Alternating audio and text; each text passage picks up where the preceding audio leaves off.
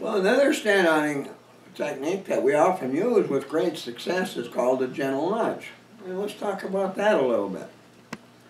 Let's say we're coming back to camp and we find fresh tracks of a buck dragging his hooves from track to track, and he's with a doe, and you see the doe tracks, these are fresh, and they went into this little feeding area. Okay? And come back to camp at lunchtime, and so, you know, like Ken used to say so often on opening weekend, Dad, I found railroad tracks. You know, you call those dragging hoof tracks railroad tracks. Found railroad tracks by that feeding area out behind camp here. And so often, practically every time, we would get that buck that made those tracks within a few hours. It was amazing. So let's say here, now we know there's a big buck feeding with a doe during feeding hours in that little feeding area. And so let's say the wind is from, let's say the wind's from this direction. Right there. From that direction. And wind plays a lot. You know, you want to, there's two hunters involved in gentle nudge now, the way we do it. One is upwind and one is downwind. Now what we got to do, you know, during the day, if the doe bedded over here or somewhere, we would work on a bedding area. But early or late in the day, during the next feeding cycle, would be at a feeding area. In this case, what had to be done here is that one of us, like maybe Ken, would have to get in there from downwind. That means there's a crossing up ahead here, but we'd come out into that area and get set up over here where we could keep an eye on this side of the feeding area. And normally, when they leave feeding areas, they go into the wind to get off. They want to know what's ahead of them when they leave. When they go into the feeding area, they come in from downwind. They want to make sure there's nothing, no wolf or man waiting in ambush there in that feeding area, around the feeding area. So he's got to get there without those deer, let's say it's in morning, without those deer knowing it. He's got to make it there without them having any idea there's any hunter there. That's the important part of the gentle nudge. The downwind guy can't be discovered by the deer that you want to get. So he's down there. And the important part of doing this is he's got to get there before the upwind hunter gets there. That's important. The upwind hunter shouldn't jump the gun in this case. He should give this guy plenty of time to get there before you get there. Now, there's a way to get to this area from southwest. And that's probably the way to come. This going all the way around here, that'd be a long trip to get to that area, although it could be done if it was the only way to do it. That's the way we would do it. Well, let's say it's me. So let's say I went that way, and I got over to this thing. Now, it's really important that I don't get too close to this. I want to be 100 yards away from that edge, at least that far from that edge. And I don't want those deer to smell me till long after, let's say Ken is sitting over here, my son Ken. So when I come in, I'm using the wolf roost all the way, walking steady, non-stop.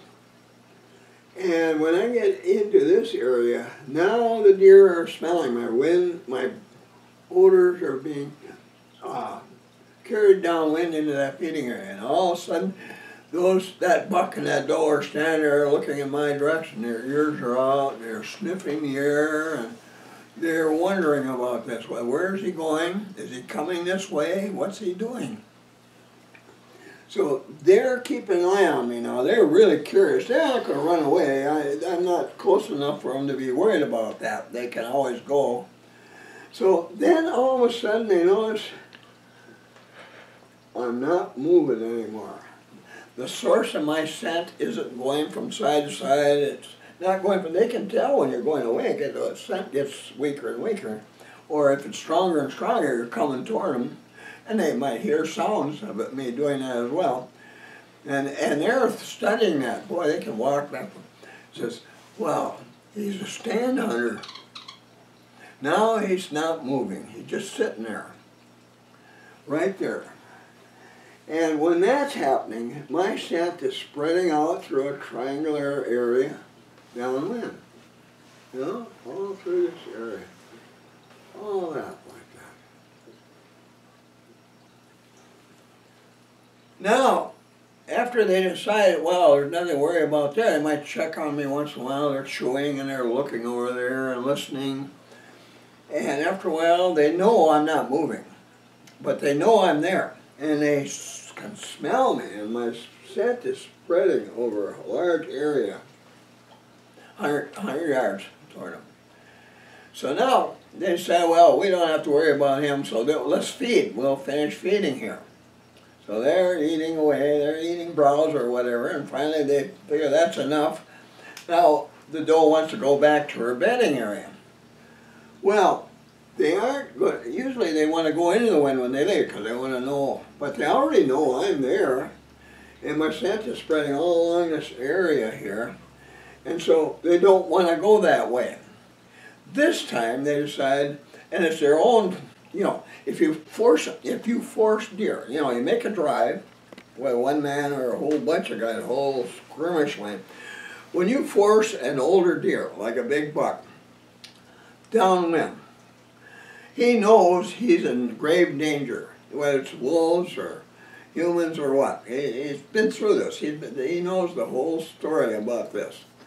And so there's two things he's going to want to do. One is he might decide he wants to run laterally and maybe outflank the drivers or the person coming toward him, or he wants to lay down and cover somewhere, hide in dense cover somewhere, or maybe a little swampy area place. But he can tell by the scent and the sound of the human coming toward him, they're coming. Well, he doesn't want to go down. He's going to be so stubborn about that. He'll either lay down and cover and allow the person to go by and then get out of there, or he'll try to outflank him, but he won't go far in that direction. He knows it's dangerous to do that. They all expect that. When you force a big buck to go under, he'll do just about anything to go in some other direction. And what he wants to do is go upwind. So what he'll do when he gets far enough away, then he'll start off in the other direction if he's being forced. But if he's not being forced, if this hunter is just sitting there, not doing anything, he's not forcing deer to do anything. He won't go toward the hunter. He can smell them there, and they're all along here. So he won't go that way. So those deer will, and because he's not being pushed, not being forced, it's his own decision, their own decision, to go downwind. He's going to go downwind toward the downwind hunter. And that works so well. We've taken many bucks doing that. One time it didn't work. It was Ken and I again, and he was going to be the downwind hunter. And right after sunrise, the wind switched 180 degrees, and suddenly I was the downwind hunter. And I got the buck, and he was a dandy. And so that one time, the tables got turned. So often he ends up getting one of mine, and I say, "Oh, you got my buck," and he thinks that's so funny.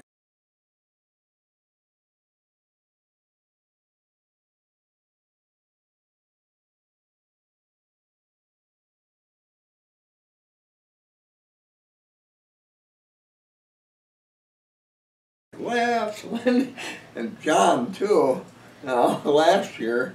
This is really looking good. Now a 3.5-year-old is a pretty decent buck, a buck worth hunting. This spot is looking better all the time. Well, this is the buck. He's a nice 8-pointer. Oh well, but anyway, that's the gentle nudge. And you can use it on a doe bedding area midday, if you know where it is, and you see the tracks here. The buck and doe going toward this bedding area. You can use it there. Now doe bedding areas can be quite large. You know, they can be 10 acres in size. because does will keep moving, especially if they have young, because they don't want fawn odors to build up in any one spot and attract wolves. So they keep moving around. So it's a bigger area. But even so, in that kind of a deal, maybe they'd have 2 hunters upwind and 2 hunters downwind. But boy, these guys got to know how to get to those downwind spots without spooking deer. And the other guy that shows up upwind, when the minute those deer smell you, they got to know you're not moving toward them. And then when you stop, they got to know you're not coming any near them. And you set up this fence line of human sense that influences the deer to go downwind toward the unknown hunter downwind, or 2. So anyway, that's the gentle nudge. That's called a gentle nudge, influencing them to move downwind. You already know a lot about opportunistic stand hunting, which includes mid-hunt cruising. We've talked about that quite a bit, and how to determine where you're going to hunt. I showed you a map in my last seminar about that, so I won't go into that now. But now you've seen the full gamut of hunting methods we use under different circumstances for taking bucks.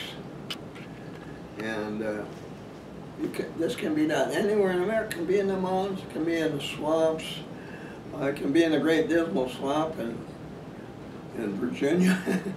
it can be near the peanut fields in South Carolina. It can be in the brushy areas of southern Texas. There's so many places you can use this, well, almost any place, these different techniques.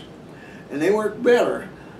Holy cow, all kinds of ways they're better than just sitting in one tree stand for a hunting season. That's terrible. That's terrible. You want to start taking big bucks regularly, you got to be dynamic, and you got to be able to move whenever you want. Now, today, hours from now, or right away, I'm going to sit here. This is fresh ground scrape. I'm going to sit here right now because, boy, I've had bucks show up within 15 minutes after I do that, and I've dropped them right on their ground scrape. So, anyway, this is the best way to hunt big bucks. You got to be mobile. You got to be free to move. You got to be able to do it silently. You know, not putting tree stands up. That's not silent. And you got to do it quickly, because tomorrow it's going to be different. At least after the first feeding period tomorrow, it's going to be different. So anyway, now you're getting an idea what this is all about. Why it's important to know more than one way to hunt bucks while stand hunting. You know, one method doesn't cover everything. Like I was saying, I couldn't get this buck all by myself. I spent a whole week trying to do it and failed. Then I've been in a bunch of other guys who used this large group standing method, and we got it within hours, a couple hours after we were in the woods. So, just like that. So, anyway, these are all good things to know. And this is all why you need to have a stool. And it's also why you need to have this book, because it'll take you a while to master these hunting methods I've been talking about. Yeah, it's not something you just heard me talk about and now you go out in the woods and get a buck. As you see, this is the nitty-gritty stuff, you know. There's so much to remember and learn. And you'll find it all in this book. It's all in there. So you can, you know, 30 years from now you can refer to this, if you live that long, and it'll work. Because there's no way in the world whitetails can counter your being able to move every half day quietly and end up where they are every half day you hunt. They'll look for you, and probably, well, let's say 70%, maybe 80% of the time, they're going to find you, and you maybe not even hear them or see them. But one of those times, you know, maybe 1 in 8 times, or sometimes right away, opening morning, you're going to get that buck, because he doesn't know you're there. He has no reason to believe you are where you are. That's completely new. And you think, boy, this is kind of crazy, but honestly, when you're hunting older bucks, this is what you got to do, because they are much better at finding you and identifying you and avoiding you than you are at finding them and sitting in a spot where you're going to see them before they realize you're there. So this is a cat and mouse game. You play with older bucks starting on day 3 of a hunting season. And when you get to be good at it, you start seeing lots of bucks. And lots of other deer too. It's fun hunting. See lots of does. And we like seeing does, us guys, my sons and I. They're the best natural decoys in the woods. And when they're in estrus, the pheromone they release into the air from their bodies and from their urine is the best buck lure in the woods, as long as your scent isn't accompanying that scent. You got to work things out so you aren't. You know, here, let's talk about that just for a second.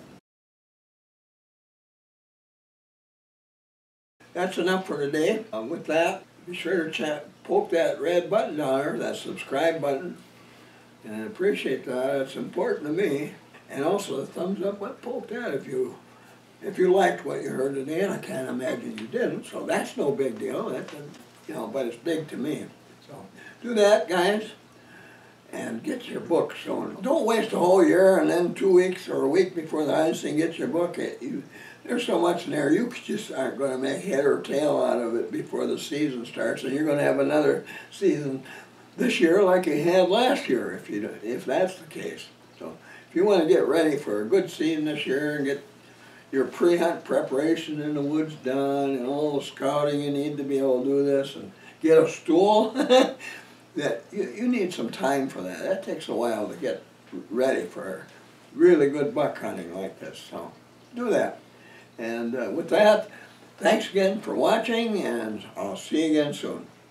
Be sure to visit my website. Here's the link. Here you'll find links to my blog posts, my Twitter account, my YouTube account, my Amazon store with links to my ebooks, my son's eBay store, a money saver if you're ordering from Canada or other countries, my website bookstore, and much more.